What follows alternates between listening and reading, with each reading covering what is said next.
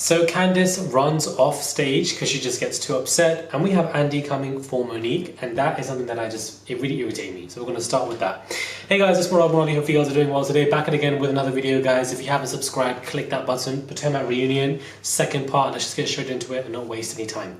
Why was Andy coming for Monique in such a disgruntled manner? It was very shady and it wasn't needed. You know, to question her man's status of wealth is something that I feel like he doesn't need to do, and it was out of pocket. It was out of his place to do that. He's never done it to anybody from Beverly Hills, from New Jersey, from New York, questioning the man's financial status. Perhaps his intention was, you know, now that he's retired as opposed to earning. But it's like to say that, oh, you know, he's not earning as much as he was, it's just pretty shady. Over time, as the years progress, I feel like Andy is no longer remaining in part. Did your marriages, just in terms of the money that you're bringing in, right? I mean, but he's not still bringing in that kind of money. He was. No, he's still. When it comes to the reunions and when it comes to housewives, he definitely has his favorites. You can have your favorites, but if you're showing them favoritism amongst the others in the same atmosphere when you're all together, it's just unwarranted and it's just simply unfair. I don't think that is what is needed, and I'm glad that Monique got back to him and said, you know what, we don't need to worry about those little checks. She doesn't need a Bravo check. It's not that serious for her, to be honest with you. I wanted to stay on the show, and I feel like, you know, without her being on the show, a lot of the storylines will just go. Monique has to be there. I feel like people really, really like her. One of those popular characters of the show, so Andy would be dumb to get rid of him. Andy would be dumb to get rid of her, sorry. But I'm glad that she clapped back because it just wasn't needed. I feel like there was a lot of biased gaslighting going on Andy's side. You know, clearly, you know, she was saying so much when it comes to the footage. When the footage is being replayed, you can see that her hand is in my face. Now, I need a break. I have to get up. I'm an A-type personality. Now, she was doing this. And when they have a very heated relationship that is quite, you know, rattled, if somebody's in your face doing this, it's very threatening behavior. What I didn't like about this reunion is that they all acted as if Candiace did nothing to help initiate that.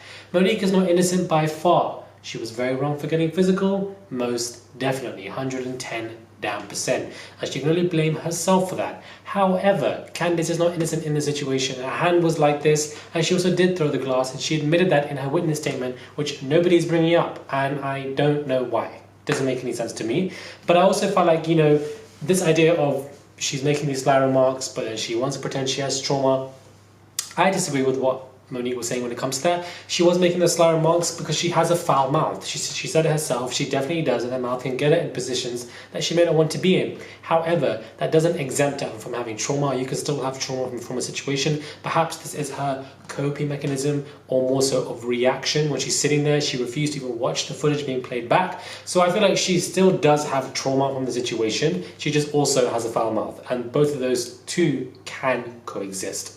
We also then have, you know, Karen and Gizelle going back and forth. You know, they're like frenemies. It's quite funny. I like it. It's soft. It's jovial. It's hilarious. They go in on each other. And I think it's really good. I like how, you know, Karen is really going, you know, really just holding herself together when it comes to reading. You can tell that she's prepped for the question. She's thinking about them. She listens to Andy when Andy directs questions at her that she may not want to answer. And when it comes to winning a conversation, that she was very quick at her clapbacks. It's always to do with listening. 70% of it should be you listening to the other person, and 30% is your response, comeback. You need to know what somebody's saying to prepare yourself. And I feel like Karen is doing that a lot.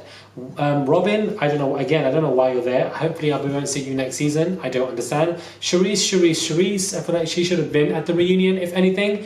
Charisse is somebody who I had so many expectations for, but she never lived up to any one of them. She was boring, stale, and putting on this fake charade season 1 image for the rest of her time on the show, which she doesn't need to do. Just be yourself, and clearly she never grew into that. Karen has developed on the show as they speak in this particular episode, but I don't think Gizelle has. And that is what is missing from Gizelle. She's hilarious. She's shady, she's very messy, she engineers and acts as the catalyst for storylines, and great. From season 1 to season 5, she hasn't actually evolved. She hasn't grown. We haven't seen more of her getting emotional or growing, anything. And I find that to be just, you know, not even just emotional, but just showing a different side to you that we may not have seen. I feel like we haven't gotten that breakthrough with her yet at all. And I find it interesting how Andy was, you know, very pushing on Monique's idea of not being emotional. There's not really much emotions there. Is he saying this to Monique because she's a woman? because I don't think I don't think Andy will be saying this to a man or a husband on the show. You know, you're not releasing emotion, expecting her to cry or something. I don't know. She's already said she's dealt with that and she's not falling for it. But Candiace keeps interrupting conversations and she keeps interjecting, and I find it so flipping irritating. Stop doing that. Speak when you're spoken to, please, because it's frustrating. She then marches off. She gets upset and she cries. Cool, I understand that. I feel like she's justified when it comes to trauma. But the thing with Candiace is someone like her will not evolve. She's stagnant because she's never self-critical about situations.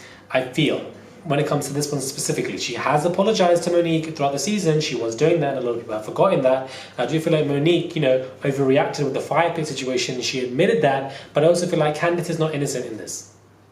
Candiace is not innocent in the situation. What are your thoughts when it comes to this reunion part 2? Did you guys watch it? What are your thoughts, guys? Subscribe and click that button for daily and consistent content, and I'll catch you guys soon for another video.